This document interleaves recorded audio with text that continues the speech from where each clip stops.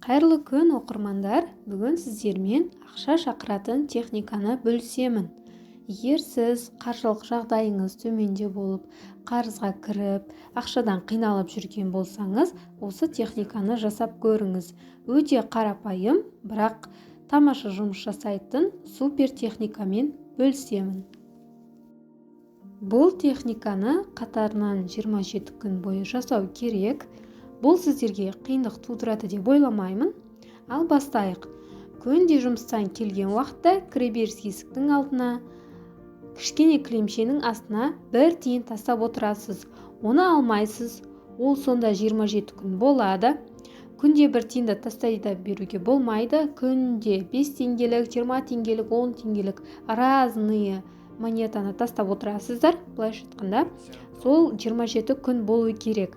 Ақша айналымы болсын десеңіз, күнде жаңа ақша, яғни басқа ақша болсын.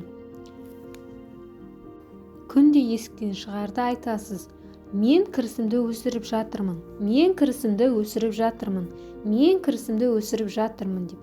Мен ақшалы болуға лайықпын, мен ақшалы болуға лайықпын, мен үйімді байлық мекеніне айналдырып жатырмын, өз ақ сарайымды ханшайымдай өмір сүруге лайықтымын деп жазыңыз. Жасап көріңіз. 7 күнде бір өзгерістер байқайсыз. Осы видеоны сақтап алыңыз және де достарыңызға жіберіп қойыңыз. Олар да осы техниканы жасап нәтижесін көрсін.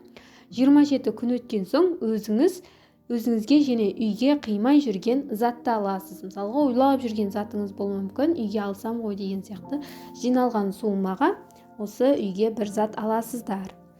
Осы төменге комментарийға мен үйімді байлық мекеніне айналдырдым деп жаза етіңіздер.